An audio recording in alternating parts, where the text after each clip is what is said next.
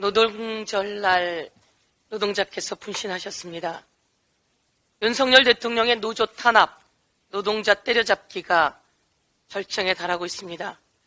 대한민국을 이렇게 높게 경제적 대국으로 키워놓은 것은 바로 노동자 여러분입니다. 대한민국을 경제 세계 6위, 7위에 올려놓은 것도 노동자 분들입니다. 그런데 하루아침에 대한민국 무역 적자가 사상 최대에 이르고 있습니다. 경상수지 적자도 사상 최대에 이르고 있습니다. 눈 떠보니 무역수지 관련해 세계 18위에서 세계 196위로 떨어졌습니다. 모두 윤석열 대통령 탓입니다. 경제가 안 되는 것, 이 시점에 경제가 이 모양으로 떨어진 것은 윤석열 대통령 탓입니다. 그런데 대통령은 노동자 때려잡기에 혈안이 되어 있습니다. 끝내 민주노총, 건설산업연맹, 우리 강원지부 지대장께서 분신을 하셨습니다. 부인은 마트 노동자이고 딸아이는 중학교 2학년이라고 합니다. 마트 노동자인 아내와 딸아이를 놓고 분신을 결심하기까지 얼마나 많은 고뇌가 있었을까요? 윤석열 정부의 수사기관은 그분을 향해 업무방해 그리고 공갈이라고 하는 혐의로 구속영장을 쳤습니다. 내가 집시법도 아니고 업무방해 공갈 혐의로 구속영장을 받다니 도저히 참을 수가 없다라며 분신하신 겁니다.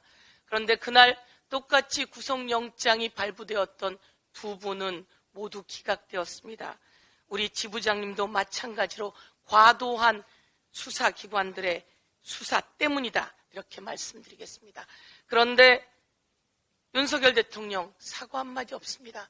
윤석열 대통령 여당 의원들과 만찬 장소에서 만찬하면서 이와 관련한 이야기 한마디도 없었다고 합니다. 이렇게 비정할 수가 있습니까?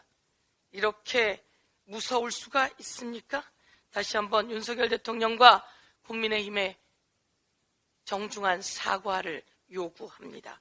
한 말씀만 더 드리겠습니다.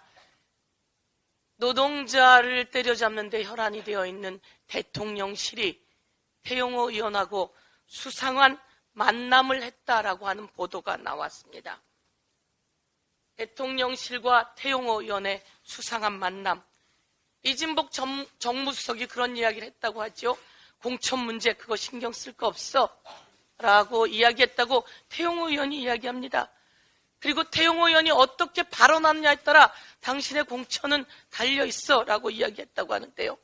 그러고 나서 태영호 의원은 그런 이야기를 하죠. 윤석열 대통령의 구상권 포기 결정은 대국적이고 대승적인 결단이다. 정말 미친 사람이 아니곤 이런 발언을 할 수가 없습니다. 그런데 더 황당한 것은 바로 이겁니다. 태영호 의원이 일본의 외교청서에서 독도는 일본 땅이다 라고 하는 내용을 공개하면서 이 일본의 외교청서는 한일 관계가 미래로 가기 위한 일본의 화답입니다. 이렇게 이야기했다는 겁니다. 정상이 아니고는 이런 이야기 할 수가 없는데 이 왜 정상이 아닌지 이제 드러나게 된 거죠. 대통령실과 태영호 의원의 수상한 만남. 이와 관련해서 대통령실이 정치에 개입한 거 아닙니까? 정무수석이 이렇게 이야기를 한 것은 대통령이 화를 내서 이야기한 거 아닐까요? 아니 왜 아무도 나를 안 받아줘? 라고 안 받아쳐줘. 왜 아무도 나를 도와주지 않아? 라고 이야기를 해서 정무수석이 이렇게 이야기를 한 것 같은데요. 이거는 대통령실의 정치 개입입니다. 공천, 선거 등을 미끼로 대통령실 공무원이 선거에 개입하면 이건 선거법 구조 위반입니다. 선거법 구조 위반이고요. 그리고 선거법 구조 2항에는 경찰과 검찰은 이에 대해서 바로 수사해야 된다 이렇게 나와 있습니다. 여러분, 공천 선거에 개입해서 2년 징역형을 받은 사람이 있습니다. 그 사람이 누굽니까? 박근혜 대통령입니다. 박근혜 대통령이 이렇게 2년 징역형을 받을 때 기소했던 서울중앙지검장 누굽니까? 윤석열 당시 중앙지검장입니다.